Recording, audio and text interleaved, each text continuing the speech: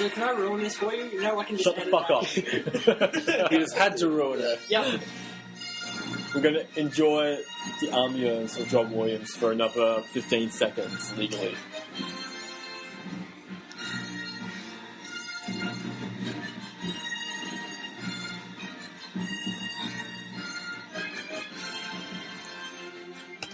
Alright, what's up there? Awesome, guys. Eddie, do you want to introduce?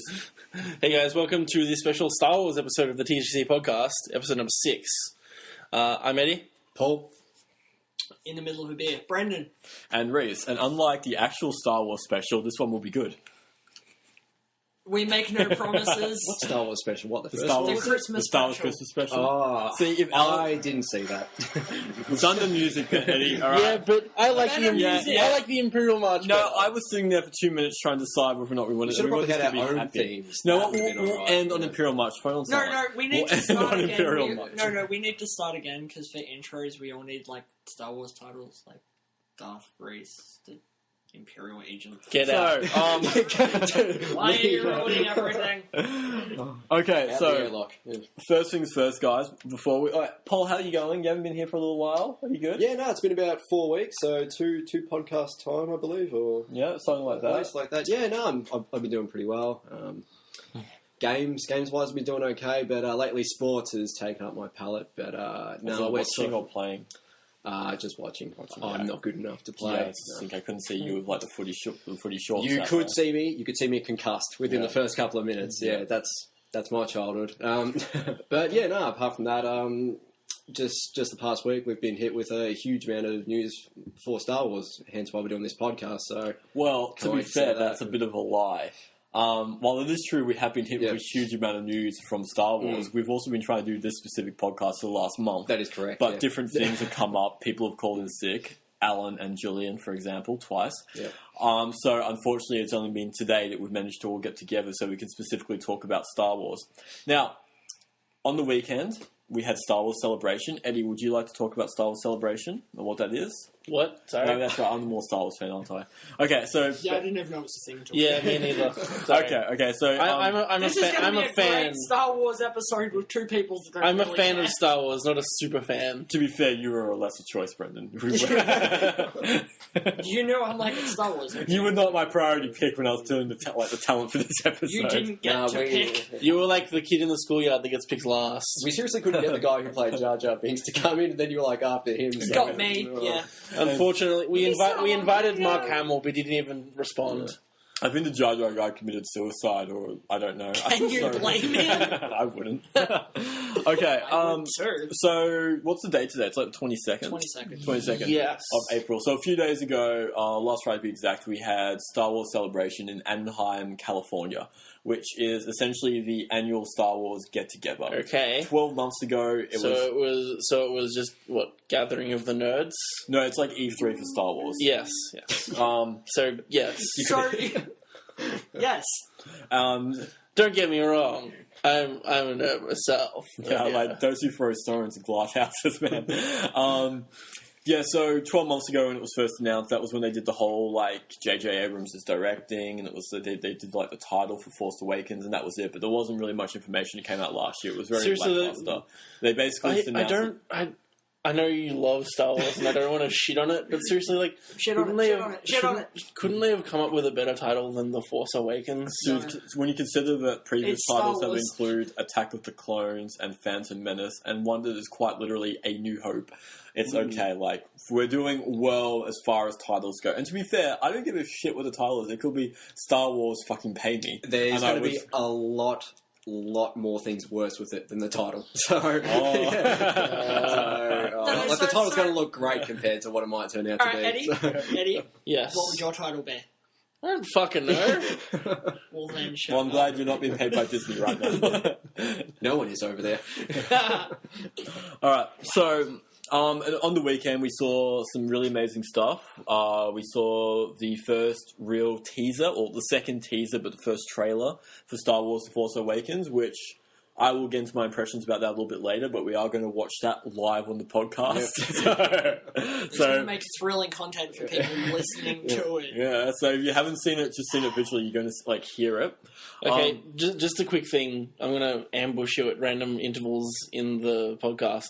I've loaded up a trivia thing. It's got about 10 questions. Okay. See, I had a whole quiz for everyone.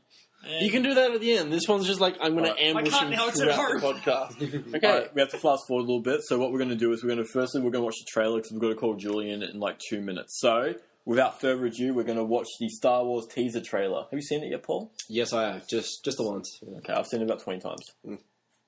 So wait, would I be the only one that hasn't for this one? It's playing. So that dead silence you hear is title credits. This thrilling content. Oh yeah, wait, we saw this one. I love this image. For those of you wondering, it's the first shot. Look it up. Yes. Oh, but yeah. It's the first shot with the down Star Destroyer. With the awesome X-Wing there. Oh yeah. Yeah, we're going to talk about that. Okay. That's called Jakku. Do we have to? Yes. That's why we're here. Oh yeah, right. Melt steel beams. Melt a helmet.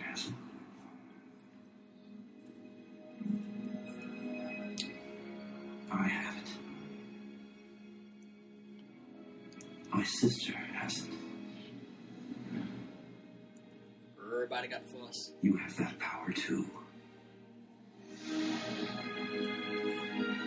See, I like how they don't say December, they say this Christmas. Oh yeah, that's what it Does is. this make this one of the best Christmas movies ever then? Yes.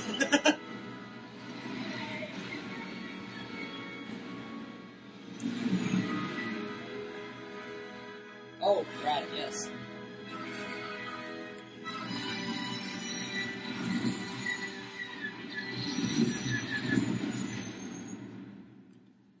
Chewie, we're home. So did he crash the Star Destroyer because he can't fly a plane? Or did Harrison Ford crash the Star Destroyer because he can't fly a plane either? He wouldn't crash the Star Destroyer, he'd crash the Millennium Falcon. But Alright. he crashed the plane. I do remember watching one little piece of a video from last week's Star Wars Fest or whatever it was, how that new droid with the ball for a body is actually a practical effect, not a special effect. Yeah, it's real. Really? Yeah, it's real. Yeah, they actually made it and it works. They brought it onto stage. It was really cool. Yeah, I suppose it's basically the same principle as a Dyson vacuum cleaner, so... What do you mean? Those ball Dyson vacuum cleaners where the canister sits at top and the Oh. wheels are ball. It's basically the same principle as that. Oh, that's interesting. Yeah, but Cyclic the wheel, movement, yeah, but on the vacuum cleaner, the wheel is in a mount. Whereas, this thing, the body is a ball and the head sort of stays on top Yeah. somehow. Hey, Julian, can you hear us? Yep. I keep talking, man. Cool. Who's there, by the way? Okay, we have Eddie, we have Paul, and we have Brendan and me. Beautiful. How's it going? So, dude, now what we just did was we just watched the Star Wars trailer, and we want to hear your thoughts on the trailer. It made me feel like a 12-year-old girl again. Yeah? Yeah. Yeah. Did you Did you get wet? Terrific, by the way. You thought it was terrific. What did you think was terrific about it, Julian? What is the what? What did you think was terrific about it? Oh, well, okay. First of all, the original score by John Williams. I was actually a bit worried because he is getting old. He's in his 80s. So is Harrison Ford. To compose new melodies is a bit of an art. That said, the orchestrations, the strings, the everything else, and the music, it was still powerful. So he hasn't lost his touch in the actual orchestration. Now it's up to us to see whether his new melodies actually kick butt. But yeah, the music was awesome. What else? They showed little bits here and there, which did not give much away about the plot. It really was a teaser trailer. Just little teasers here and there. Would you like to talk about your theory for the plot? My theory for the plot? Yeah. Okay. Do you want me to talk about the rumored synopsis, which was released way back when everything was being planned? How does everyone feel about that? Yeah, sure, What's go this now? for it. Yeah. Go Is nuts. everyone cool with that potential spoiler, by the way? Wait, what? I missed that. He wants to talk. It's a minor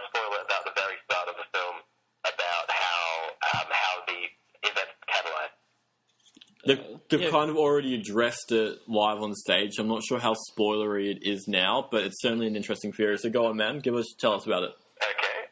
The movie starts off with our heroes, or at least one of the heroes, finding Anakin's lightsaber. And keep in mind that this is Anakin's lightsaber, which Luke lost in Empire Strikes Back when Vader cut off his hand. Yep. And it's about them returning this lightsaber to its rightful owner, which leads them to find Master Skywalker, Luke Skywalker. So I find that really interesting because the hot chick, her character's already been viewed as a scavenger. Yeah. But I'm just curious as to how, like, theoretically, based on what you're saying, is how she's the one who finds it, because it's sort of a feminine hand handing to it to who seems to be Leia. Yeah. Like how the lightsaber got to Jakku. How do you know that's Leia, by the way? It's just what the main theory is. Okay. Well, I mean, the hand wasn't that wrinkly. When you consider Carrie Fisher's hand right now, it's probably quite wrinkly. No, dude, you seen her? She's smoking. Yeah, Yeah, dude. Apparently, she kissed a guy during her convention. Yeah, she has held up my line. Yeah. Yeah. That could be an entire podcast on its own, let's be honest. Alright, man. So, what are you most excited to see about with Star Wars Episode 7? What are you hoping to see the most? Man. Okay. I'm hoping for a lot of new lore. When I say lore, I mean mythology, Star Wars mythology. Maybe that the new bad guys and the new dark side of the Force, all those powers and abilities are all linked back to the history, like the Old Republic, that sort of thing. Yeah. Something that's very ancient. So, like, even the title, it says The Force Awakens. It could be something that's been hibernating for ages, and this huge dark power that's been hiding while everything else has been going on. So, yeah, I'm excited about the mythology. Now, Paul, the main villain. Hey, Julian, you happy just to hang on while we do a bit of a discussion? Absolutely. Awesome, man. Yeah. Now, Paul, the main villain, the guy with the dual-sided lightsaber, we saw... Kylo Ren. Thank you, Kylo Ren. We saw a split-second shot of his face. Now, does he remind you of anyone? Is that reminiscent of... It's not Darth Bane, is it? No. Really? It's Revan. No. I'm sorry. I hate Really? to... Oh, well, I've sort of got to take another look at that. So the mask that The he mask had, that Revan, he's wearing really, is extremely similar to the mask that You've actually got to bring Darth that up Revan- again, because I did not actually get that on the second time through, actually. Yeah. That's right, mate. Once you watch it 30 times, it makes more sense. 30. Okay, well. So... Where is it? Yeah, so this That's is the mask. yeah. Because over there... sorry. Brilliant content for people listening, again, as we try and search an image. But that mask is extremely close to the mask that Darth Revan wears. Yeah, it sort of is. You can tell by like the things just where the eyes should be, like the slits, I guess, and like the just eyes. of course, like the actual shape of the mask and chrome. I sort of did think it might have been the main villain from the second game that series, Darth Nihilus, I think it was. Yeah, Darth Nihilus. So I thought like it kind of seemed like that, and of course like his mask and stuff. Like I actually had just all these bad dreams when I was a kid over that mask and stuff. So that's why that mask like sort of actually comes out for me personally. Now Paul's terrified of this movie. Yeah, definitely. This is like Ellen's Clowns. But yeah, of course, like I can see how they are like the same. Yeah, definitely. Again, that was just something that sort of like, based on what Julian was saying, we're hoping to see that the movie might do more of a callback to that like mythology, that's sort of the Old Republic stuff. Yeah. I'm really hoping that they tie that in there, because the Old Republic has probably got some of the most interesting canon. Well, let's be honest. All the canon that happens before the movies, before Phantom Menace, is really the more interesting canon, because we're not exposed to it as much. We don't know, like, the only way you can dive into it is when they decide to release something. It's the cooler of the canon. What are your thoughts, Eddie? What do you think of the trailer? I'm not overly optimistic. I know that I'll go see it and I will most likely enjoy it, but I don't like to get myself too hyped up about movies, because I don't want to get disappointed, or I don't want to have huge expectations and then it'd be on. I'm mixing up my words here. Like, I like to go in with regular expectations, so when the movie is really good, I'm even more happy with it. See, I'm the opposite. This movie sucks. I'll kill myself. It's sort of like the same sort of colour, I guess, to it, maybe. Yeah. So it kind of stands out. Right, so what we're doing at the moment, Julian, is we're just having a quick Google and we're looking at Trivia question ambush number 1. We're looking at Darth Nihilus' mask, and Paul's just sort of comparing the similar Yeah, scheme. yeah, so it doesn't look kind of the same, but I guess, like, if you took how that mask, like, sort of... How it sits on the character. Yeah, like, it really looks like it kind of just, like, it's just out there and stuff, and it looks, like, really, really bad, whereas when you compare it to Darth... Sorry, I'm just going to bring up a first photo I've mask. always loved. Yeah, like his mask, like it doesn't sort of like actually come out for me that whole much. Like when it comes down to the bloke from the second game, yeah, like his mask to me, like it's just out there more, and it's, yeah, just I've always loved this photo. so terrifying. I reckon. Yeah, Sweet photo. yeah, it's great. Eddie, first trivia question. Let's do it. With these, hang on, before, No, are they for everyone? just for Reese. Oh, And Julian. Oh, and Julian, yes. Can you hear Julian? Yeah. Okay. Okay, this one's multiple choice. Which Rebel pilot who goes on a run of both Death Stars appears in all 3 films? Wedge.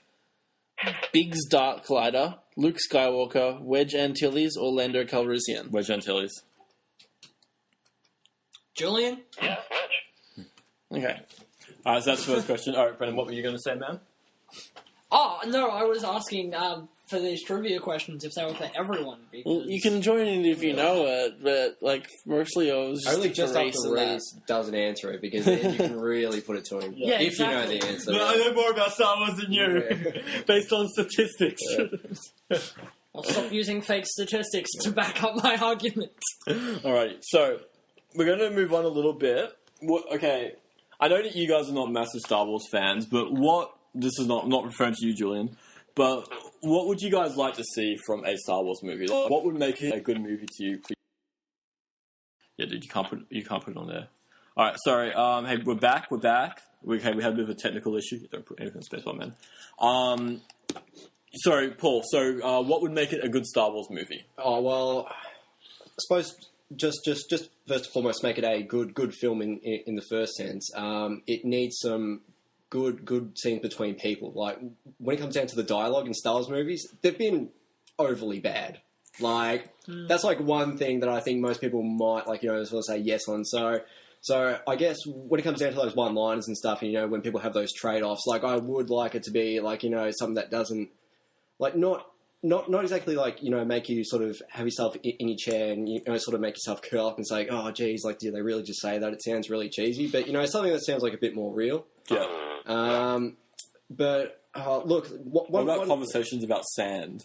Oh well, that's Harsh on my skin. of course, like that's sort of just gonna be thrown in there, like, and yeah, like you can't really say that won't happen. But look, like I guess just from the trailer, when it comes down to the combat, I think that looks all right. Like I think it's not going to be bad. I think like it's like the combat's going to be like great. So, this age Hollywood action movie. Yeah. So of course, like just for me, like I do like to see that sort of thing in my movie. So as long as it has really good combat, I'll probably be happy. Like it'll definitely get a pass mark for me if it does that correctly. Yeah. Okay. Brendan, what would you want to see? Joke answer, more scenes in a Senate. Real answer, I don't know, like, I want something that's more like the everyday grunt kind of mentality, which we're not going to get with this, but we will get with Rogue One. Hold that thought of Rogue One. We're going to discuss that later. A lot of the kind of stories and sci-fi stuff that I like is you see all the, like, heroes of war and, like, all the Jedi, all the Sith, they're fighting, but then you've got the everyman that has to deal with everything that, the heroes and the villains are causing. You mean like Star Wars Battlefront? Yeah, pretty much, except, kind of dark and gritty. But, yeah, I mean, from The Force Awakens, I'd just like to see them execute the story as well as they can, and incorporate some new ideas into the Star Wars films to stop it from being repetitive, because we do have 3 movies to come. plus whatever filler and tie-in movies they do as well. So just kind of freshen it up a bit. And Sort of want to hope that now that they've dropped the when it comes down to like the what's the thing? Sorry, what it's called that they Extended dropped? universe. Yeah, since they've dropped that, like you'd like to think that they've actually been in the works about this for a while and actually written so much things that they don't have to fill it up. So or because you kind of want to hope that they've taken that kind of step. or because they've dropped the extended universe stuff. What they now consider canon is the best selections that they could possibly make for their franchise. And I'm completely okay with that because the extended universe stuff gets so bogged down with just like there's no sense of purpose or direction. It's just different people coming at it, which means that the extended universe stuff is even ranked in tiers. Yeah. And so you'd have something that was like the comic books, which were the lowest tier, and then you'd have books, which would be above that, and you'd have TV shows, and then the movies, and like cartoons and stuff would come on TV shows. But I think that's something that the extended universe was kind of good for, was there was so many different things, and you kind of just picked what you wanted to take place. Well, but then you get stuff like, Boba Fett versus Darth Vader with a lightsaber. Yeah. And so you'll have things where it would be like, okay, what would be cool for fans, not what was actually good for the Star Wars narrative. But then you had stuff like the black woman who, was a Jedi who survived Order 66 because... She was black? No, because her talents as a Jedi were closer to Hope for you, Julian. Being a ninja and infiltration and stuff. So she survived for 30 years and then tried to take on Darth Vader at one of his weakest points at some point. And it just made for a completely different story. Well, I mean, that's not interesting, but it's just, I like what Disney's doing at the moment with how their comic books are actually part of the canon. And so, particularly with the current Darth Vader run, that's absolutely amazing. It's some of the best comics I've read. But what I like about it is, when I'm reading it, I don't feel like I'm wasting my time because it is actually relevant to what you're going the broader story. And that's really good. And, they've obviously pioneered that with what's happening with the Marvel Cinematic Universe. Just quickly with that, what did they do with... Because they got the original draft for the script, the draft for the original script for Star Wars, where, Luke Skywalker wasn't a Jedi, he was, a grizzled old general, and, Darth Vader and that. Yeah. What have they done with those comics? That old stuff? Yeah. Anything that wasn't released before last year is now just not canon. It's all part of the legacy. Literally everything. So unless it's in film or it's the current comic run or print run for books, nothing else is considered even part of the universe anymore. Yeah. But we're going to debate that because there's some interesting loopholes with that stance. Of course. With the Old Republic, but we will get to that. That's true. Okay, Julian. Yeah, it's your turn to talk, man. It's your turn. You're in the corner. It's your turn. Talk. Julian. Who puts Julian in a corner? That's the canon. There's books like Darth Plagueis. There's also the books like Darth Bane. You've got Labyrinth of Evil, which is set just after Revenge of the Sith. A lot of this content, it actually enhances the movies in such a way that the prequels are better. And a lot of these books do not actually clash with existing canon material. Yeah. So for those books, I'm actually happy to consider them part of my personal canon because it enhances the movies. And until something actually goes out to say that this did not happen, until there's a clear, valid, and official contradiction, I'm happy to treat that canon because it actually helps everything. It helps appreciate the movies better. Yeah, so that's all right. We may as well discuss the loophole while we're talking about it. Yeah. What Disney has kind of compromised on is that unless something is contradicted by what they publish, you can, in your own mind, still consider it canon. Yeah. That's basically what the official line is from LucasArts at the moment. Yeah, okay. Now, the reason why, but the more important thing for that is that means that the stuff that's like the Qui-Gon Jinn, Obi-Wan stuff, which won't be addressed anytime soon, that's considered to be canon. So, the Jedi Apprentice series. And the stuff that's set between Episode 2 and Episode 3. Oh, sorry, Episode 1 and Episode 2 with training Anakin Skywalker. Yeah. So, basically, unless it's...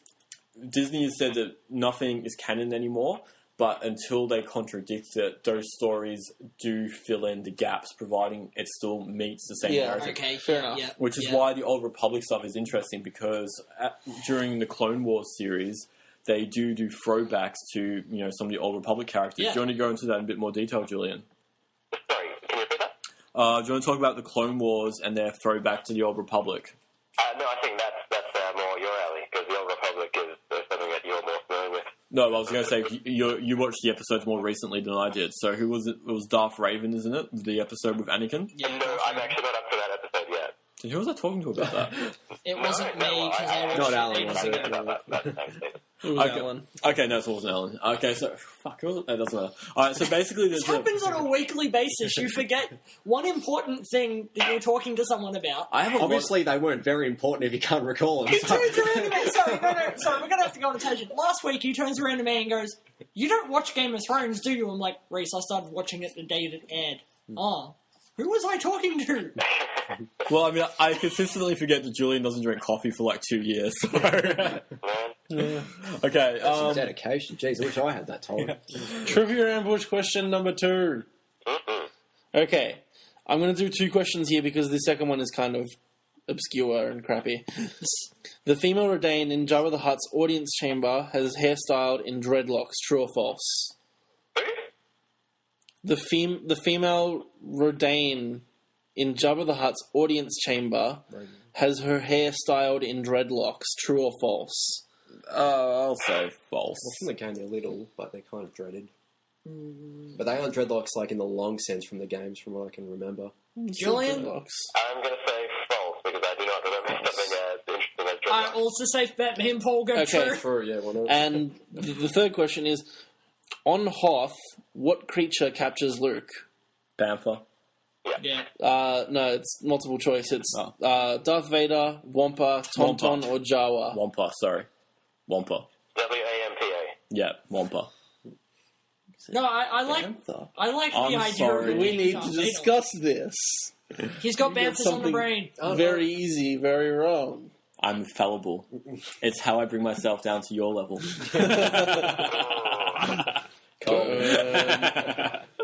Alright, so back to the Clone Wars discussion. Now, the Clone Wars is considered to be canon. Yeah. And it was at that weird point where it was the only Star Wars content being produced during the merger with Disney. Now, Disney stopped the Clone Which Wars. also made it the best Star Wars content. It is actually. Yes. I will say that the Star Wars Clone Wars So has good. got some of, if not the best, some of the best Star Wars content ever made. And considering what's now considered within the canon, with the exception of Episode 5, I would say that the Star Wars Clone Wars is the best that you can currently get that's official. You mean like episode 5 of... Empire Strikes Back. Oh, okay, yeah. Alright, now, in one Clone Wars episode, basically what it is Anakin sort of goes into a cave and has like a mushroom trip or whatever it was. And It's a bad trip. yeah, but he sees Darth Raven and who's the other bloke, Paul? Darth Raven.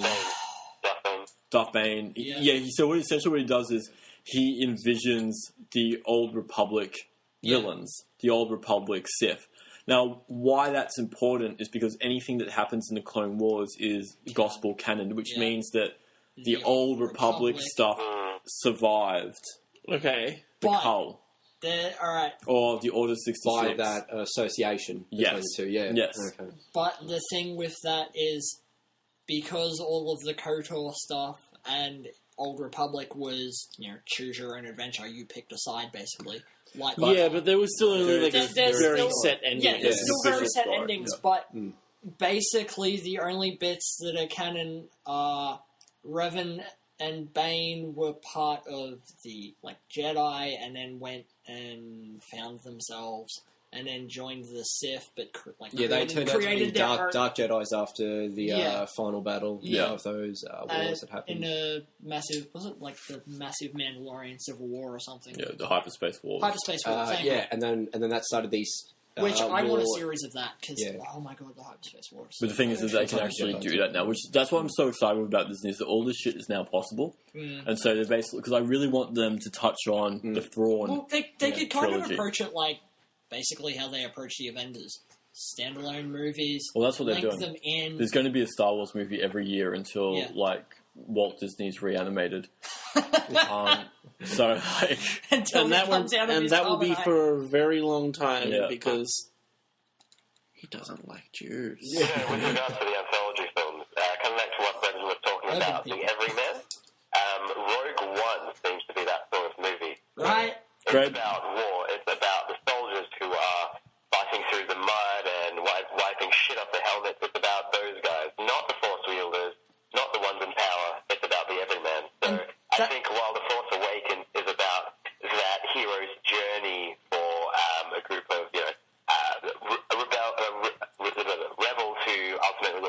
Empire and all that, they aren't really the everyman. They're about the special force fielders. They're the chosen ones, basically, whereas Rogue One is a more down-to-earth, realistic look at how war can affect all that.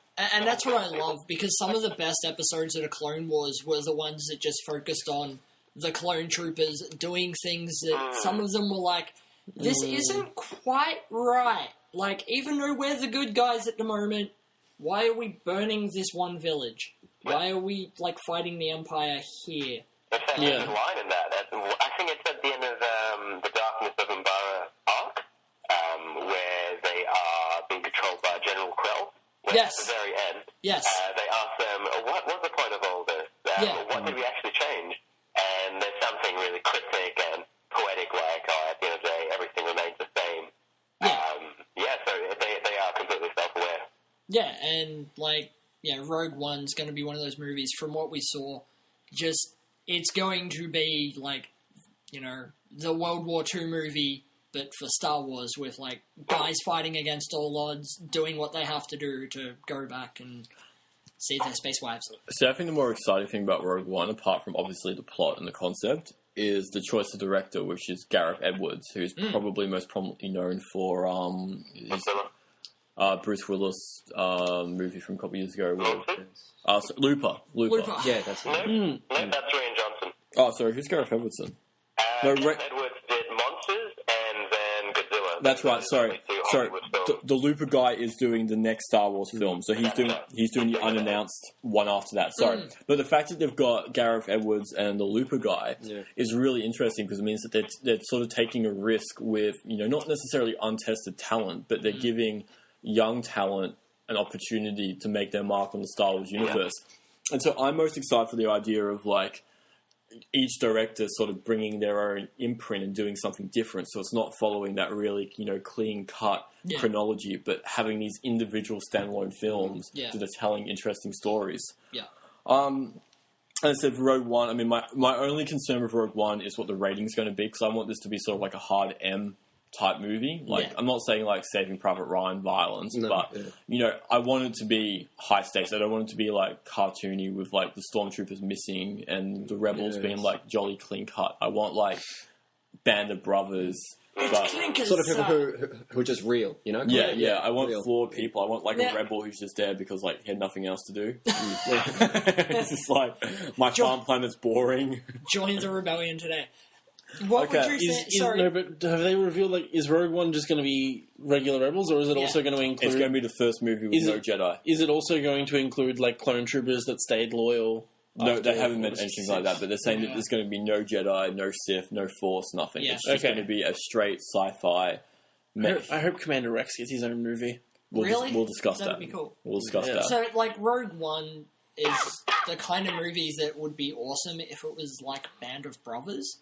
Think of like a 10-episode series, but like, you know, Rogue Start One. writing to HBO. I'm considering it now. I've got a case. Just don't tell them about my HBO Now account. True. Yeah. All right, Julian, we're going to... We do not have a HBO Now account. Someone wants to give us one. The Greendale Crew. And if you want to give us one, we will turn you into HBO, because that is breaking the law. Yeah. And HBO provides high-quality content for an affordable price.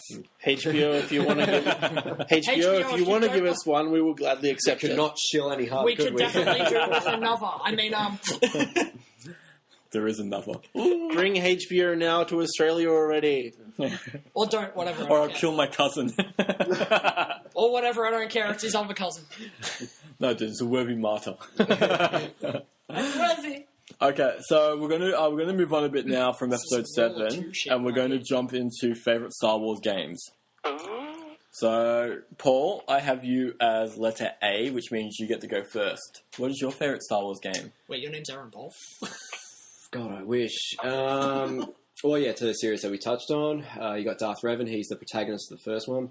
So, Knights of the Old Republic. Knights of the Old Republic. My favourite game of that is number 2, even though it was very unfinished. That's controversial. It was pretty unfinished. Although the actual gameplay was actually improved, in my opinion. I just like playing it through. I never got to play much of Knights of the Old Republic. I played bits and pieces of it, but I never really got a chance to play it fully. Oh, okay. I want to go back and get into sort of does seem like a game. Like, yeah. So what you play through? Like, do you have the time for it, or you do like the turn-based combat? I do have the time for it. Yeah. I like the style. It's just like I was younger then. I like sort of wasn't allowed to play as much games. Oh, okay, that's fair enough. Yeah. It's one of the games though that I want to go back and I want to get an original Xbox working and I want to get a couple games and play it. Those two other games like that's the old Pokemon 1 and 2. Well, I'll tell you what, yeah, because when you say that, I played. I got both the games at the same time because I didn't play Knights of the Old Republic 1 when it came out, but I got 2, and I played that just on the consoles when it first came out. And when I made the switch to PC, like, even now, like, I played through Knights of the Old Republic twice or 3 times through on PC, and it still feels just a bit weird to get used to keyboard and mouse and stuff. But, like, I'm not the best PC player. Like, when it comes down to games that I played on PC, like, I'll try and just throw on a gamepad when I can. But yeah, no. Most people didn't like the second game because it was essentially rushed.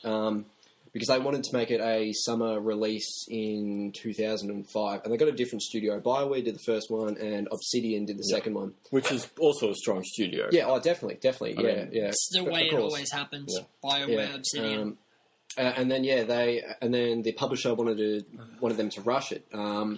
So what they did is they tried to get the game to actually work, and they brought out like this sort of baseline thing. So at the start, like it's all fine, kind of like. Of course, there are certain parts of levels where you bring up quests, and they didn't really go anywhere. So you'd have that quest in your actual your book quest log. Yeah. When you bring that up, and you can't really go to the person because they just aren't there inside the game. Did you guys know that there's a restoration mod for the PC version of Knights of the Old Republic? Yes, I did. I think the last one I did was 1.6. I don't know if they brought out 1.7, if that was like the final one, like they said, where 1.7 is the last they could do. I think I got it working. I actually got up to the Droid factory and stuff, but I didn't install it correctly, and my game got stuck, and that was right near the end as well. So yeah, like I did install 1.7, but I haven't finished it completely, and I understand that 1.7 adds in quite a few things towards the end when you actually come down to the final encounter. So I still haven't experienced that, but I've pretty much read all the game logs and stuff because like I've just been through the story enough, and I'm just sort of grateful for the mods. And like it's not really that big of a deal if I spoil it because it's essentially just like new lines and stuff, and they sort of just the game came out a decade ago as well. Yeah, of course. I'm never going to play it. Yeah, but yeah, no, like it's definitely a game like I've probably played through it total 7 times through maybe. Yeah. And interestingly enough, I've played 6 times on the light side and once on the dark side. I'm just that sort of person who Paul's a closet good guy. I am. Well, not really. But no. Actions speak louder than words. One thing that is interesting. If you play it on the light side, the game's harder and it really makes you work more to get your powers up. But it's a lot more fun playing like just as a dark side. Like once you unlock the power force choke, like it's game over after that. Everything. Like, it is just so OP. It's fun. Yeah, it's great. So but yeah, that's why I like Coda 2. Like it's just a huge shame that the people weren't given all their time to actually go through and make the game at their own pace. Because it really could have been something great. Yeah, like that's just a really big shame. But to say that, like the first game was still great in its own right. Like I've played through that twice, I think maybe, and like the last time I played through it was probably 3 years ago. So when it comes down to my idea of the lore on that, like it's not great. But that was also really fun to play through as well. The only problem with the KOTOR games was you could throw a grenade at anything and then congratulations on to the rest of the story. That's basically how I did it. That's how everyone played it. I just spam grenades. Eddie, what's your favourite Star Wars game? I loved Republic Commando. Why? On Xbox. It's just it was one of the first Star Wars games that I got into. Yeah. Because I'm younger. I'm a couple of years younger than everyone else in the Greendale Crew. Wait, how old are you? I'm 21. Yeah, so you're... Wait, when? August. 93? So you're 23? 93, yeah. Okay, so you're a year older than I am. Okay, well, That's weird. The youngest. But yeah, it was. It's like that's my thing gone.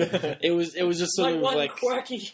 Yeah, I saw like a video for Republic Commando when it was coming out, and it just caught my attention, and I just loved it. It was just the fact that it was like you're playing as a regular soldier, you're playing as one of the clone troopers, you're not playing as a Jedi or someone all powerful. It's just like you get sent on missions and you could die.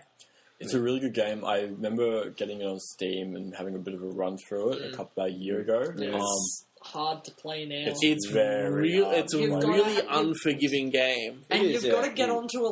get onto a server with a good group of people to play it now. You No, upload it's a single player, man. Oh, You're talking about Battlefront. Yeah. No, we're talking about Republic Commando. Oh, sorry. Yeah, Republic Commando. Campaign is pretty hard, yeah. The campaign is brutal, especially because the AI isn't very good. Yeah, So pretty much they'll take the longest you- path when you tell someone to go to the turret. They'll take the longest Yeah. path possible sometime, and they'll just ignore going through like So all the in, droids and stuff. They'll in just- in some of the harder levels, you have to rely on them to take out the enemies because your job is basically just running back and forth to your 3 or 4 different teammates, constantly reviving yeah, them. that's it. Yeah, And setting up sniper positions. Yeah. The bloody jail cell. It was awful. All right, Brendan, what's your favourite Star Wars game? I don't actually have one. I guess my favourite Star Wars game would be 1313 because it never came out, so it can't disappoint me. Oh, it looks so good, man. It can't disappoint me. yeah. Oh, yeah. Like that's actually a pretty big shame. Yeah, because that got cancelled during the take. Oh, well, not cancelled, but they say it's like shelved. Yeah. So Here's- that's like a nice way of saying no. Here's it's the thing: fucked. I was disappointed about that as well. And then Reese pointed out something to me a while back, where he's like, he said, if it was as good as we were expecting it to be, it wouldn't have been cancelled or shelved. Exactly. Is Order 1313? Yeah. Yeah. Star Wars 1313. Yeah, sorry. Besides that, I mean, I played a shitload of Pod Racer on Nintendo 64. I love that game. That game is the ultimate. I actually played that game a couple nights ago at Alan's place. It's still hot. It's still good. I won. Yeah. I smashed it at Super Smash Bros. As well too. I hadn't Shots played it for fired. probably 5 Wait. years. What character? Pikachu. hey, I won 3-0, and the last round was 3-1, and I still beat him with Pikachu. So. You just spammed Thunder, didn't you? Wait, how did we get from from Pod Racer to Smash Bros? Talking about my achievements.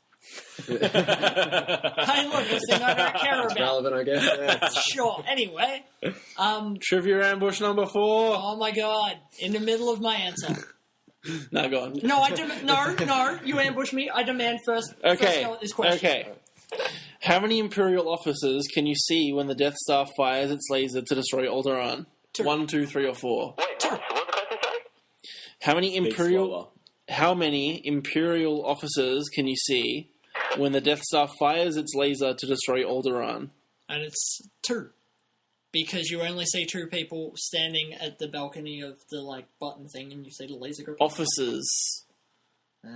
So One. when it cuts back to the bridge and they're watching out the window, how many officers? Oh stand no, there? that's a loaded question. That's a weird interpretation of the question Because it's- black Let me stormtroopers read are the officers. Then there's Grand Moff How many Imperial Tarkin. officers can you see when the Death Star fires the laser? I'm gonna say 2 because I think it's referring to the actual The scene 2 when, guys when standing the lasers. there, and the laser goes pop behind It's them. actually pretty possible because you use this to challenge him, and Reese is thinking really deeply about this. Okay. Like, probably even more so than the question demands it to be. Yeah. This question's a bit strange. Darth Vader is first seen looking out of the window of a regular Star Destroyer in Episode 5. True or false? False. True. False. Oh, we got a conflict. This is Repeat the question. Darth Vader is first seen looking out the window of a regular Star Destroyer in Episode 5. True or false? Because doesn't Darth Vader have his own special Star Destroyer that Yeah, you see? it's called the Super Star Destroyer. Yeah. No, it's got its own name. It's no. Executive class. Yeah, the Executor. Yeah, Executor. it's called the Executioner. Yeah. Fuck, how's the Star Wars? Executive bathroom on the Super Star Destroyer. No, I want to say true because isn't he in Hoth and the Executor isn't at Hoth? No, it's not. From my memory, the first time we see him is when No, not the first time. No. Not the first time you see him. The first time you see him looking out the window of a regular Star Destroyer. Oh, okay. So, like, you obviously see him in episode 4, but when is the first time you see him looking out the window of a Star Destroyer that isn't his Star Destroyer? In the 5th film. Yeah. Darth Vader is first seen looking out of the window of a regular Star Destroyer in episode 5. No. No. It's when it's Darth Vader's first scene. So Darth Vader is first And seen. he appears in that dream that Luke has. Is that number 5 I'm thinking about? Yeah, At the that's start? Yeah, that's towards the end. towards the end. No, No, you see him at the start at the Rebel base. When he's, like, walking through the snow with 2 stormtroopers being like, where the fuck is Luke? I'm going to kill him. Darth Vader does show up in episode 4, though, doesn't he? Yeah, he shows up. He's in the first Don't scene. worry about when they episode board 4. the, That's not. These questions are really weirdly worded. Yeah. Darth Just Vader. challenging you hard. No, it's No, actually, they are weirdly worded. I read this quiz while I was Darth trying Vader to is make my first seen looking out of the window of a regular Star Destroyer in episode 5. So the first time you see Darth Vader, Yeah. That Is- wasn't the vision? No? No. I'm just going to say It's, true. I'm saying false. Julian, It's false. it's false. All right. Let's go back to your question. What did you say? Pod Racer, brilliant game. It was a good game. Yeah. Really hard to go back. I probably played it I hadn't played it for like 5 That's years. fucking brutal. I'm like, one, how do I hold this controller? Oh god, the N64 is so Yeah, unbelievable. that was, yeah. What were they thinking? They weren't. Project Dolphin, come on, there's a reason. Besides that, Empire at War. I love that game just because you get to go around the galaxy stomping on civilians and crushing people. Also, probably the game I spent the most time in, so I guess you'd probably say it's my favorite Star Wars game, is the Old Republic, the MMO. Mainly because I had the choice of, picking what I wanted to do. That game was just insane for the amount of content in it, and I'm still nowhere near being done on one of my stories, but yeah, it's probably my favorite one just because I can turn it on and I'd look up at the clock and be like, oh shit, I've been playing it for 8 hours, I've lost myself in some lore. Well, my thing for the Old Republic is that's also probably my favorite Star Wars game, purely because I've only played it for about 40 hours. No, longer, about 60 hours, but that was over 2 weeks. Yeah. I had like a uni break and I started playing it and I just lost myself to that game. And I tried to join you and you were way under me. Yeah, like level 65 and like level 16. 50. I'm still like level 59, I think. There it was. But yeah, that was one game that was actually fascinating because depending on the class you played, it did an amazing job of like combining stories. So it had like the best elements of like a Mass Effect game. Except no one ever plays as Trooper because Trooper's story is shit. It had the best elements of like the Mass Effect game, but with that sort of like Knights of the Old Republic roleplaying, which is why I'm surprised you didn't really dig it, Paul. You dipped your toes in, didn't you? Yeah. It's a game you have to play with other people. It becomes more fun. Yeah, it probably was like that. Yeah. I'm happy to boot it up. You want to do a session? Oh, well, I kind of took it all off. I'm not going to re-download all that data. I'll give you the discs. I might. I will give you the discs. We'll see. Because I've actually been fantasizing about playing that game again. Right? Yeah, I asked you like 3 months ago, and you're like, "No, I'm so busy with Shogun." Dude, you don't understand Shogun. I've probably put like 1,500 hours into that game. Total I'm not War? even joking. Yes. So now I've lost like at least 300 hours to Medieval 2 Total War. Oh, I love that game. Anyway, to straying from the point, back to Star Wars. Now, my other favorite Star Wars game, this might be a little bit of a controversial one, is I really loved the first Force Unleashed game. Yeah. That was just a great action adventure. Wait, now, hang on, no, specify. You love the first half of the first No, I like the No. entire first game. Really? I love The entire first game is great. See, 'cause The after second you got game was halfway- crap. The second is a I like the Very second one questionable more at than the best. first because Yeah. it's so stupid. yeah. The second He's one a is just flirt. the second one is just atrocious. Like that was basically an expansion. However, isn't it in the second one where you pull the Star Destroyer out of the sky? Yes. The first one. It is the first one. It's the first one. That's like one of my favorite scenes. So in the good. game. Didn't the second one have some sort of story that you could buy on just afterwards, where Han Solo and Chewbacca die, like in the most terrible way? You Like I come, sort of wrote that in. Like, you come back in like gimp armor and kill Luke Skywalker. yeah, or yeah, something like I that. played Like that DLC. It was so bad. Yeah, I like loved it. they- I thought It the deal. was buggy as hell. they and it's- really sort of. Yeah. The only reason I got no we idea played what they those were thinking of games- when they actually They- made that. They That didn't was- even that was dark. animate Luke Skywalker properly. Yeah. Right? And there was nothing. But that was sort of in like the dying days of LucasArts. Because what that was Force Unleashed 2 was an expansion pack that was stretched into a full retail game. Like that was never envisioned as a full retail thing. And if it was like a $20 expansion pack, I would have been yep, cool, whatever. yeah. Like 3 hour, 4 hour campaign. And I mean, perfect. let's be honest, the Force Unleashed games, you play for the, quote, boss battles. That's about it. No, I played it because it made me feel like a badass Jedi. Like I actually loved. Except you were a Sith apprentice. Not towards the end. Towards the end, I was a Jedi. I put on my white Jedi robes. That's how my game ended. I'm sorry. Yeah, I that's played it how properly. everyone's game ended. You put on white robes. But I will say it had one of the most like intense fights when you take on Darth Vader. Like at the Right. end, that was just a In the cloning real- facility? Oh, No, not Force Unleashed. Fuck Force Unleashed 2. I repressed that game. And the Force Unleashed 1. That's literally the only game, or the first game I ever returned when did you the take... day after I bought it because I was so angry with it. I'm like, no, fuck you, EB, and here's your fucking When USB. did you take on Darth Vader in the first one? You have a split ending, so at the end of the game, you can either jump off the ledge and fight Darth Vader, or you can go Right, through yeah. to the end to take on Yeah, Palpatine. yeah. And if you take on Palpatine, that's the good ending. If you Yeah. take on Darth Vader, you end up being like Palpatine's new apprentice. Yeah. Absolutely amazing game though. Like I actually tried to like jump back in and replay it a couple months ago. Doesn't hold up, but then again, you know, most of the early like last gen games I don't really think hold up as well. Anymore. Because Force Unleashed was 2008. Yeah. Yeah. Yeah, 2008. Yeah. Yeah. So I mean, Yeah. like I don't know. I have a thing that games just I don't really like playing older games anymore. Mostly because there's also so much new stuff to play that it's hard to go back and Yeah, of course. especially when your gaming time's so And finite. it's hard now to like cherry pick what you want to play to. So Julian, what's your favorite Star Wars game?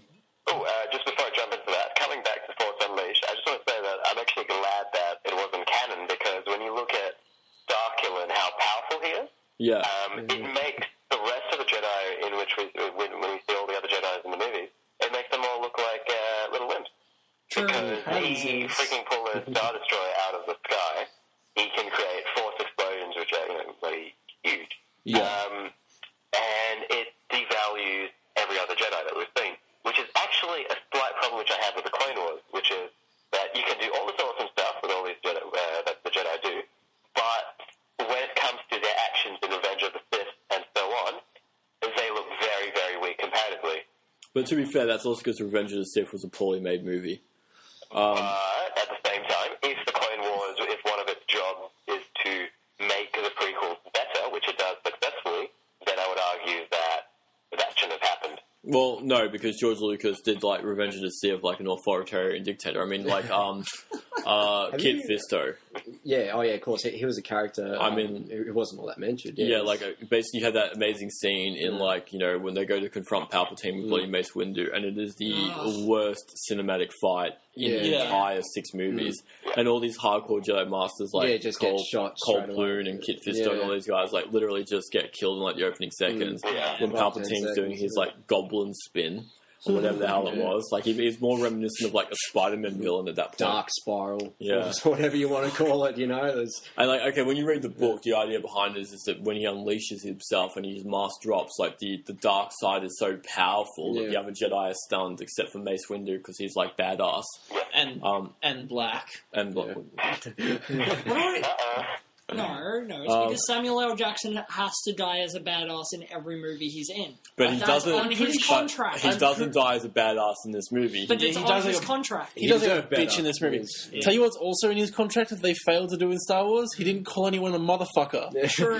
True. But he did request a purple lightsaber, so... Where Of the course, real that sort of winners... did actually go with his character because Jedis who signify with the purple lightsaber, they skirt close to the dark side in their combat. Yeah, they use but that it. was a part of the old lore, which doesn't really count You anymore. bringing like a whole race thing into Yeah. this See, now? What Paul's referring to is Vapad, which Yeah. is the 7th lightsaber, or Yeah. the 7th fighting form. Yeah. I think the forms are still canon. Okay. Yeah, no, the forms Well, are... Form 3 is canon Yeah, from Star Form- Wars. yeah. Because I know that the forms were featured in just the old Star Wars games. games, like the just the 2 games I like. Yeah. Corridor. Like they were actually pretty. Like most people wouldn't actually change those types, but they actually did help in boss battles and stuff. Yeah. But like I think like most Star Wars fans, like they probably wouldn't have been made sort of like aware of that unless they actually played the games. Or so. Yeah, that's just why I brought it up when it comes to Eddie's lightsaber colour. Yeah. Do you guys remember, like, when you were in school, they had those Star Wars cross-section books? Mm-hmm. And there's, like, Star Wars... I read them all. Yeah, we all did. They're not canon anymore. That makes me sad. Yeah, it is. That's like a bit of your childhood time, but that's what Walt Disney does. Okay, so... Guess what time it is? Is it... Ambush time number 6. Oh. Paul. Okay, here we go. What does TIE stand for in TIE Fighter? Toilet in Eden. Turnips in engines. It's whatever the last one Twin ion engine. Or twins in Edinburgh. Obviously. Really? I have to be an idiot to fuck this one up. These multiple choices are so stupid. It's twin ion engines. Yeah, it's twin ion engine. It's so stupid. In episode 6, does Luke base his style of lightsaber handle on Anakin's? Sorry? In episode 6, does Luke base his style of lightsaber handle on Anakin's lightsaber? No, it's Obi-Wan's. Yep. You saying yeah? Yes to what Reese said. Yeah, He's agreeing with it's you. based on It is Obi-Wan, a yeah. modification of Obi-Wan. Yeah. A different colour. Okay. Because that's who he was trained by, so it Okay, so let's keep going. Okay, so we're going to talk about some of the expanded universe stuff now. So we're going to talk about the Clone Wars and the Rebels. Now, we've already spoke about the Clone Wars, so we're going to have a bit of a chat about the Rebels. Who has seen the Rebels here? Yep. We've spent the last couple hours... Brandon, Reese, and I have spent the last couple hours watching some of the first season. Yeah. I haven't seen it. Me and Dad before. sat down and watched it, and it was Okay. the only few Star Wars things, other than Attack of the Clones, that me and him have sat down and enjoyed. And, yeah, he really liked it. Oh, that's nice. I know. It's lovely. like our That's a thing. nice That's what moment. Star Wars does. It brings Nice people together. moment. No, I just didn't stop whinging until Dad's, took me to see What a Attack of the shit Clones. son you are. It came out on my birthday, so that was my birthday present when I was like 8. So, tell me, Brendan, what do you think of Rebels since you've seen all of it? Yeah, it's really good. There's a few things that annoy me, and I was picking shit while we were watching it, and Eddie was yelling at me. Because you were talking while I was trying to watch the show, you asshole. Yeah, I think this is intervention time. Julian. I'm out, motherfuckers. Yeah, Rebels. It's doing a really, really good job at like bridging narratives. Yeah. I'm not sold on the main character, the kid. Yeah, he's annoying. Ezra. Yeah, Ezra. Yeah, Ezra. It sounds too close to Urza from Magic, and it annoys me.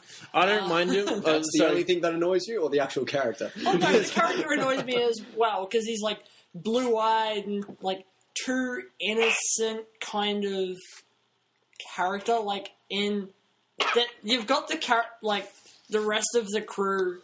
It's a very Firefly-esque TV show. Yeah, and it does that really well. But you've got the kid who's kind of like I didn't see the appeal of that show myself. Get out, or I will kill you right now. I will kill you right now. Joss Whedon. yeah, we've been over that. I will force strangle you with my his force. I like that. Actual hands, yeah. Yeah, so like the kid's kind of not really. I mean, they explain it a bit, but like you don't really see him kind of suffering, as it were. Like, you know, his parents are dead and he lives on a farm by himself. When you look at him, you don't immediately go, that kid's gone through some shit. See, that's the thing though, they're very ambiguous about his age. They refer to him as kid. And But all he that. is, but mainly They 'cause refer he's to the him as youngest kid there. and all that, but like in the episode where he joins the Imperial crew. Academy, Oh, right, yeah. which would probably mean he'd have to be at least 18. No, because Yeah, he's 16, a cadets. they're They're cadets. yeah. Yeah, I mean, the show does bring... But that would explain why he's having like trouble with his Jedi training, because he's a bit too old to have started it. Yeah. They do a lot of great stuff with the Inquisitor. He's a brilliant villain for the show. like his designs are pretty sweet as well. I mean, a lightsaber that you can hold in place and it spins around you is pretty cool. That was fucking cool. As much as we, It's a double-ended lightsaber with like a circle crossguard, and he goes like that, and then the circle crossguard just starts spinning, and the blades. That's really practical, actually. Yeah, it's really practical. The grizzled kind of character who's played by Steve Blum, Steve Blum, yeah. The bear thing. What's his name? Lawson or whatever it is. There's not many of them left. He's like one of the last of his kind, yeah. and like he's being a dick for no apparent reason. Yeah, and like I said to Reese before that like he's the only character I don't like because like we're like 8 episodes in now and he's still being a huge dick to the kid. Like he's warmed up slightly, but you would have expected him to like maybe stop being a dick. Yeah, and I think his character is like he's the character that gives people shit and. He does it. It's like, if I'm giving you shit, it means you're alright. I get along with you. But it just kind of wears thin. You're like, okay, we get your gimmick. Can you do something else, please? Yeah, we get your gimmick, but maybe could you not be a dick for 5 minutes? Yeah. I do like how, like, Star Wars Rebels, it's mainly aimed at children because it is a cartoon. But I do like how... So South Park. Yeah. And Archer. I'd let my kids watch that. I'm an irresponsible parent. But I like how Disney's kind of gone, hey, you know what Star Wars needs? More female empowerment.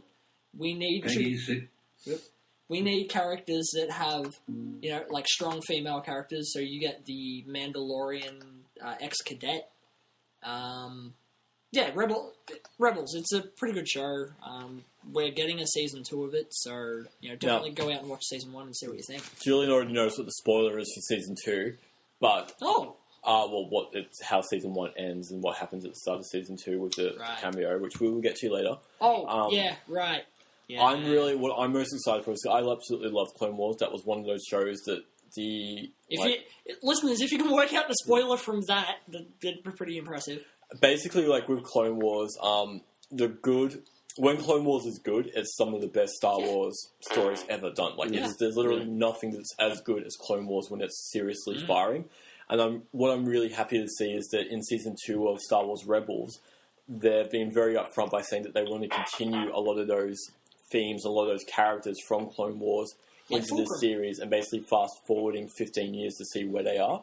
And I think that's going to be really fascinating because I'm curious to see what they're going to do with those characters fast-forwarded when there's not a time frame, because you don't actually know what their fates are going to be. Yeah. Like, when you hit the Clone Wars, you always knew at some point Episode 3 would happen.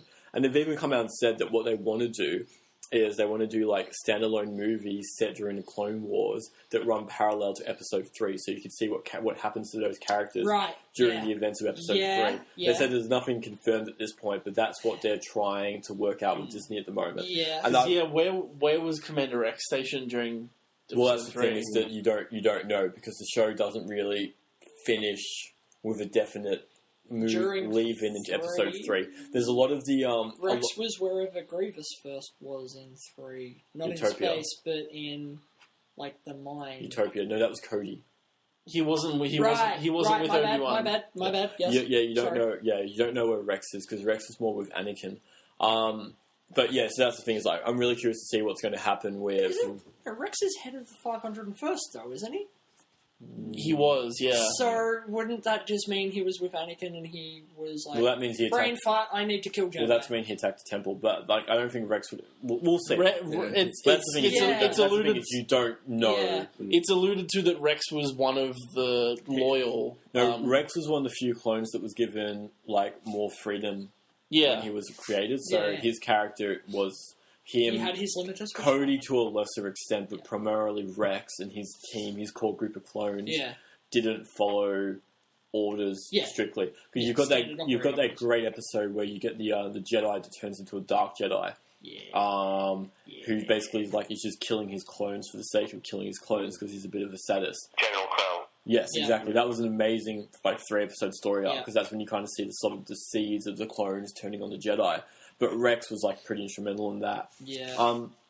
Now, Something else I wanted to say, but I can't remember it now.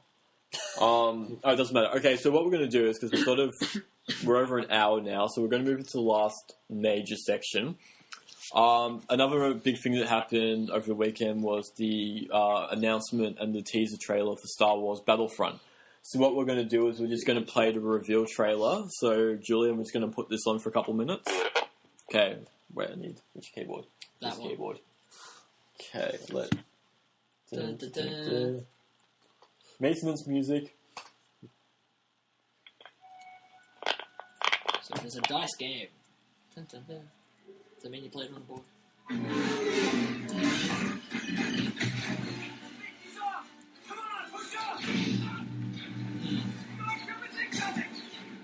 It does look amazing. Oh, yeah. This is running on PS4 apparently. It really looks I don't know. amazing. The thing that I'm fearing, though, is essentially it's just going to be a Battlefield skin. Battlefield game skinned with Star Wars. Well, actually, we actually will talk about We'll talk about what that, yeah. could possibly be after what I've seen. Yeah. Whole scene shit.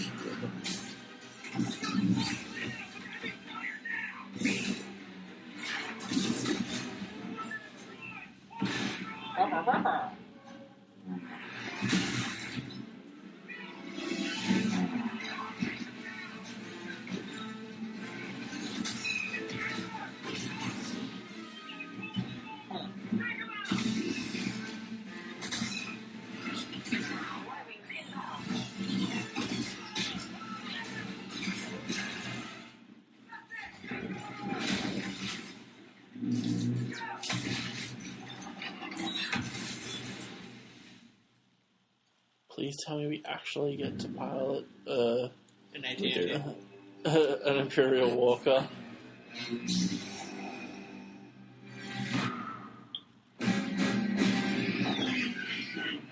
I have questions.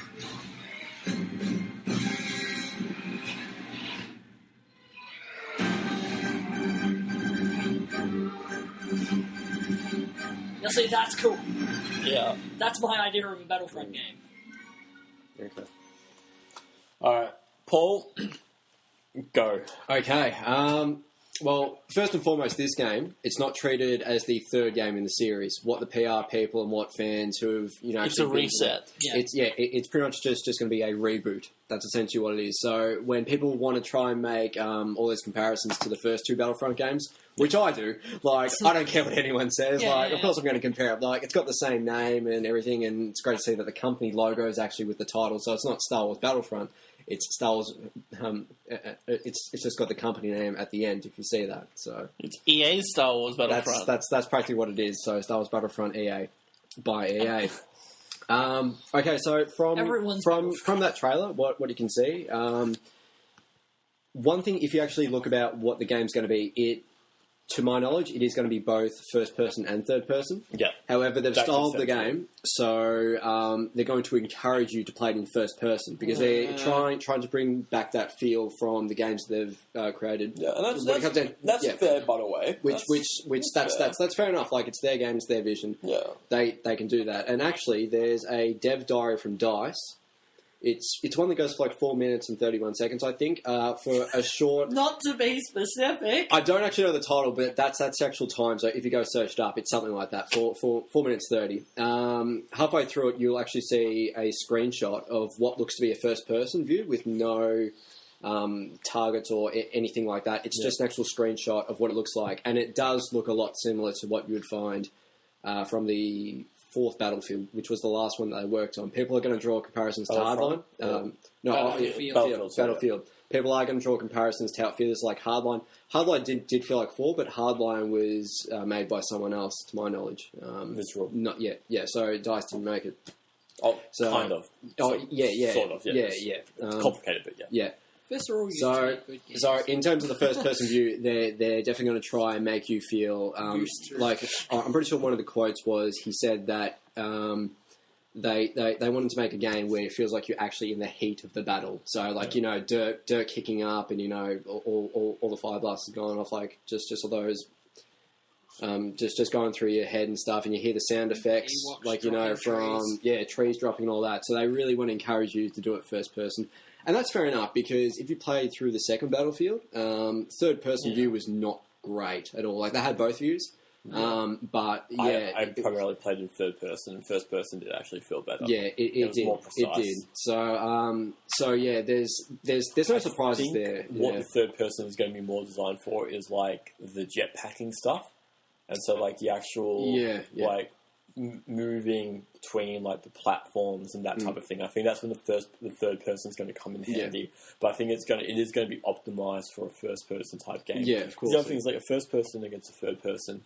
Like one-on-one of first person will just be more accurate unless the aim assist on third person is just the Of course, same. and one thing, when it comes down to machines and stuff, the resources that are used on that level, they're actually less in first person, because the first person is just like, you got like a, pretty much like you just see it through the player's eyes, and I'm just hoping that, like, when it comes down to the field of view, people will be able to change it, but usually that's set at like 75 degrees, which is fine. It said it's going to be really tight in third person as well. Yeah, of course, yeah. But even still, in third person, since you're exposed to more, that means that the game has to process more. So, of course, like, when it comes down to your best game experience in terms of how it's actually going to run, first person is always going to be much more effective on the resources of the machine than third person. That's how it's always going to be. If you're running it the same engine. Yeah, but it's not just that. It's if you're playing a game in first person, the hitboxes for your character, for who you're playing as, only have to be limited to your view. Oh, okay. So they only have to be limited to a view that you, like, the same space of the view that you can see in front or behind or in any direction of you. As opposed to if you're playing in third person, your hitboxes have to be made slightly narrower, because when you're playing in first person, if you can see incoming fire, you can dodge that fire. Yeah. So if you're getting hit, but the fire's hitting like a meter from your right shoulder, it takes you straight out of the immersion. Yeah, of course, and that's what when it comes down to the just forgot the term that they use. Post processing. Like, is that the term when it comes down to net play and stuff? Essentially, So of course, in third person, like the game has to work harder to bring up the same experience, because they do the same thing in like Dead Space or in Gears of War. Like, that's it. Over the shoulder. Yeah, and it narrows your hitbox, so it's basically playing a first-person game. Yeah, there's a little icon on your That's pretty much it. And what people may have a gripe with that is that for some people, it's not what they remember from 10 years ago. Oh yeah, of course.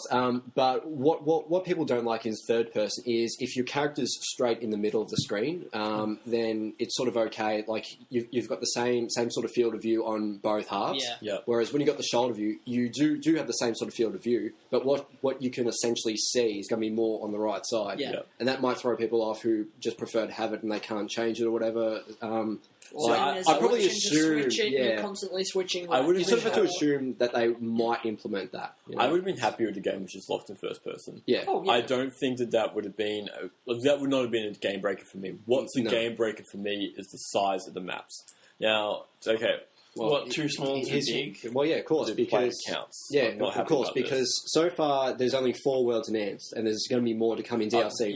I'll clarify that because EA, DICE representative, has come out and said that they've only previewed 4 worlds so far. There will be more stuff coming out. Okay, so but I was sort of under the impression, because people said there was 4 maps, and I'm like, well, I sort of would like to, blast the company for that. But you could have more than one map set on the same planet. You've got to think of it this way, though. Because there's ground combat, there's air combat, and there's space combat. Yeah. Oh, well, they aren't doing space combat. They're not. It's not going to be when the game comes out. They may include it in DLC. Okay, so maybe. Okay, so the official. Just before we. I was like, my favorite part of the previous ones was the space combat. Just before we move out of luck, son. Third person view and first person view. If you're playing as a Jedi, which is a melee character, first-person view might be detrimental. That will be locked in third person. Yeah, so... Now, we'll get to the Jedi thing in a second. No, that's a concern for me. All right, so we'll just address the DLC thing first. Okay, so they've come out and said that there will be more than 8 maps. How many of those at launch is debatable, but I would expect that there would be a sizable amount at launch. Yeah, like 7. And I wouldn't be surprised if, obviously there's going to be paid DLC. It's EA and DICE, but I also don't have an issue with paid DLC. I think providing it's reasonable, then I'm okay with it.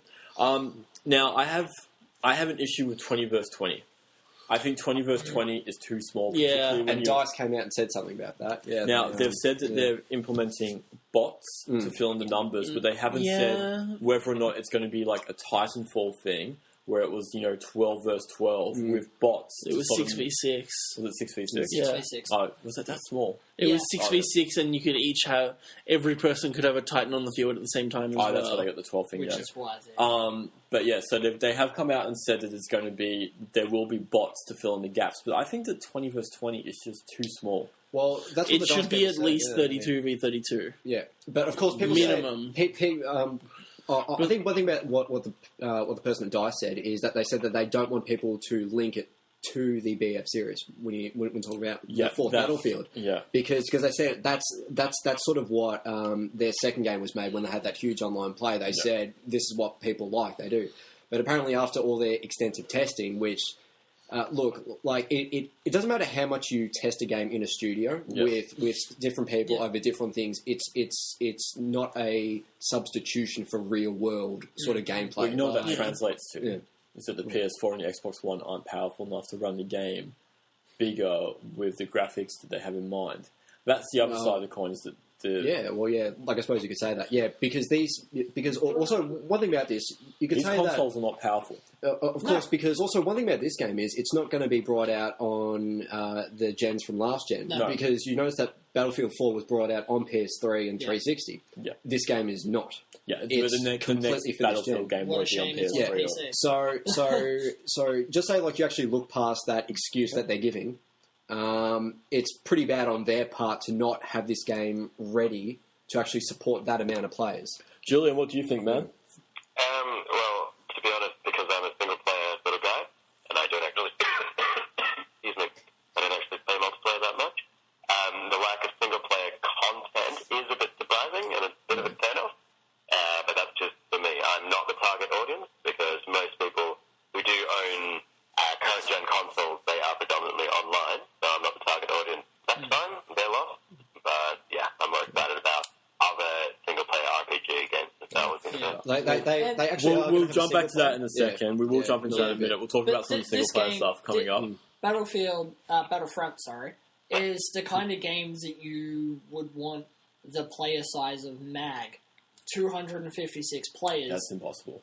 Yeah. But the I thing mean, with, like, the Mag thing Well, with that's a good reason. Mag didn't work. Yeah, that's It the didn't thing. work, Is that but, like, I think 32. I mean, we've even had issues on Battlefield where 32 versus 32 is too many players. I've had issues on Battlefield where 6v6 is too many players sometimes because of their servers being No, not weird. talking about servers or anything like that, but just the actual Flow of the game. Yeah, the flow, Yeah. and that's the problem. Is that you can throw as many players as you want on there, but eventually it gets to a point where the game starts becoming fun because it just becomes a stalemate. So the whole idea is that you do need to have that balance where the numbers are high enough for it to feel epic, but also like manageable enough for you to be able to overcome those numbers. And now the other thing that talking about with Battlefront, which is interesting, is the buddy system. So they're sort of having it so like they're not doing squads. not they're doing. Is it going to be within squads? Yeah. Like, so there's going to be squads and buddy systems. That wasn't within it? made clear, actually. What I was just under the impression is that you just had the buddy system. So at the most, 10 teams of 2, and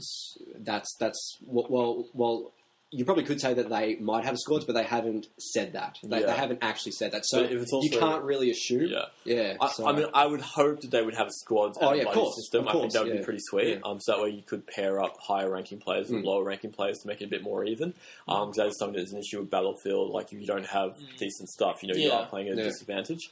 So I hope that they do implement something like that because that would be a good encourager for like other players. Now, the space combat.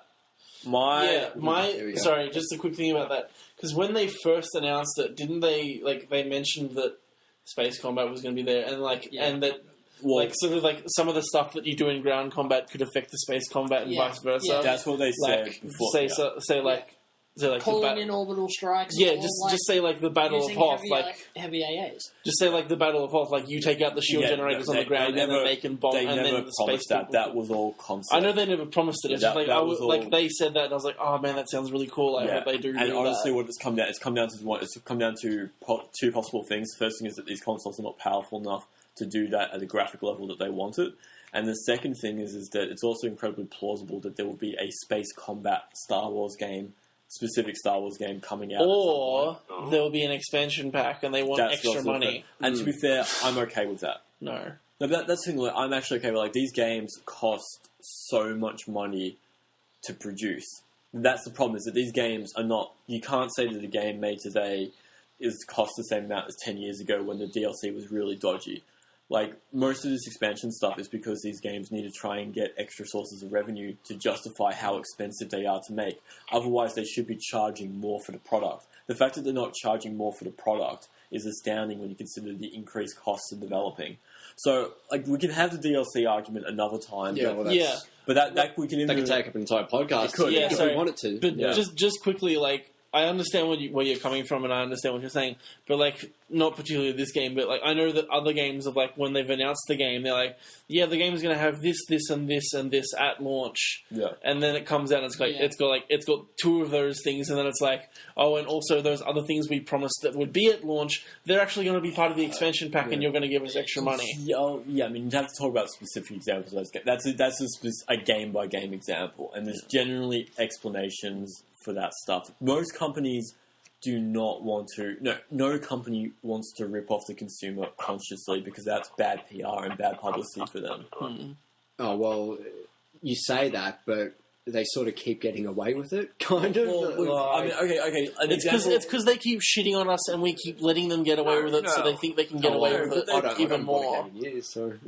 I disagree with that. Not really at full I buy board games now, so if there's DLC, all right, we won't get too sidetracked on the DLC thing. I'm disappointed that there isn't space combat in it. I love the idea of, like, going on and boarding onto, like, an enemy ship and taking out the ship. I thought that was a sweet idea. Obviously, that will happen at some point. Yeah. The other thing you got to remember is that this is a new IP that has basically been in development for less than 2 years from scratch. That's it. Yeah. The time frame they were given is very strict. Extremely tight, because it has to come out before Star Wars Episode 7. So obviously there was stuff that was just cut so they could get a game out before there. Yeah. Now, I have an issue with that, but I can... Because the game's obviously not going to be at its best. Like, there's no game that's been rushed and has lived up to its potential. That's why I think, that's my concern. That we could have an entire conversation about DICE. Which is why I'll just say, like, one thing that really struck me as weird is that if you pre-order this game, which is one thing nowadays, like... Well, like, I'll just go through one thing with pre-ordering. I've only pre-ordered 3 games in my life, and that was back last gen, actually. Yeah. And I only did that because I was, as a kid, and I was told by the gaming press to secure your copy.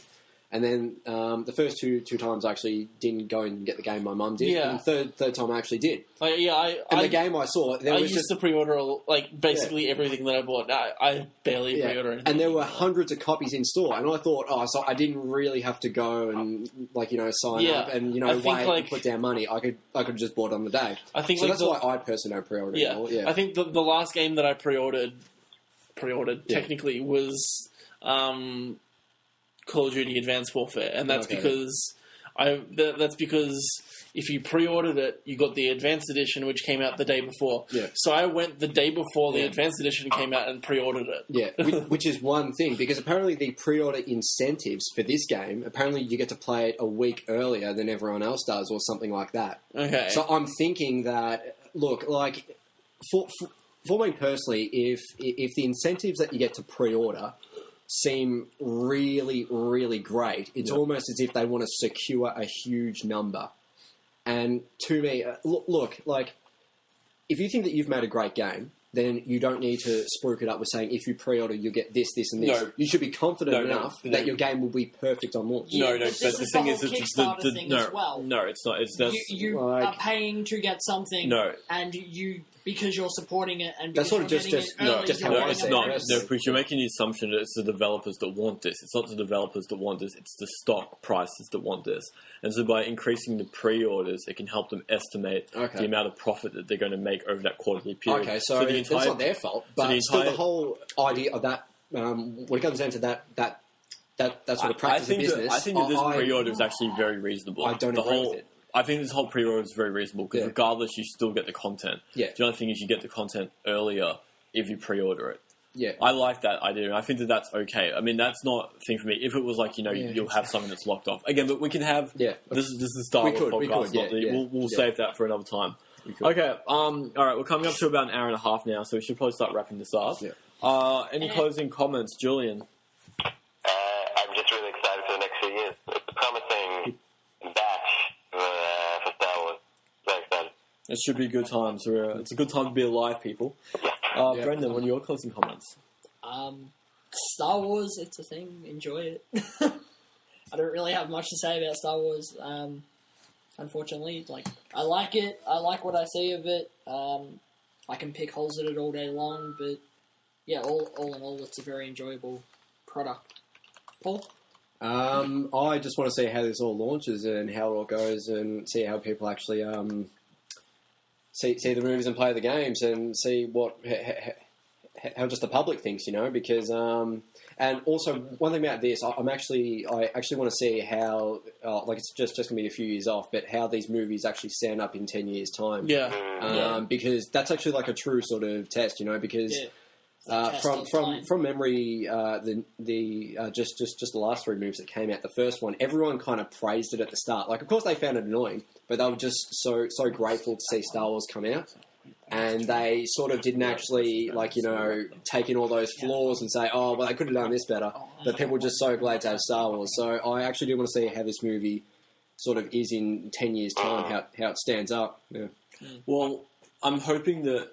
Everything I've seen so far about the movies, I'm confident in. I love the director. I love the public, the producers. I think Disney's going to do a good job with it. I like the cast. The only thing I'm hesitant about is Harrison Ford, because I thought that he was completely unnecessary. How do you feel about tall lady from Game of Thrones? I think it's great. The black stormtrooper, the one in black armor. That's what I'm rumored, yeah. I think it's great. It is her. On her Twitter, she was... No, has she announced it? Oh, that's cool. Gwendolyn Christie. I think that's great. I think it's great casting. Every single cast member I've seen is really interesting. Andy Serkis. I'm, totally stoked to see what Andy Serkis brings to this movie. So, I don't know, this is... Ordinarily, you got to temper expectations. I've been burnt before with Star Wars. Episode 1 is an atrocious film. 2 and 3. Let's not talk about 2 and 3 are okay movies, but they have their high points, but they're not 3. No. 3 sort of does help to read the book. That's actually one thing. Number one would have been a good movie if they had have let Jar Jar Binks die instead of saving him. When they first made him. Number 1 had so many problems. Jar Jar was only the tip of the iceberg.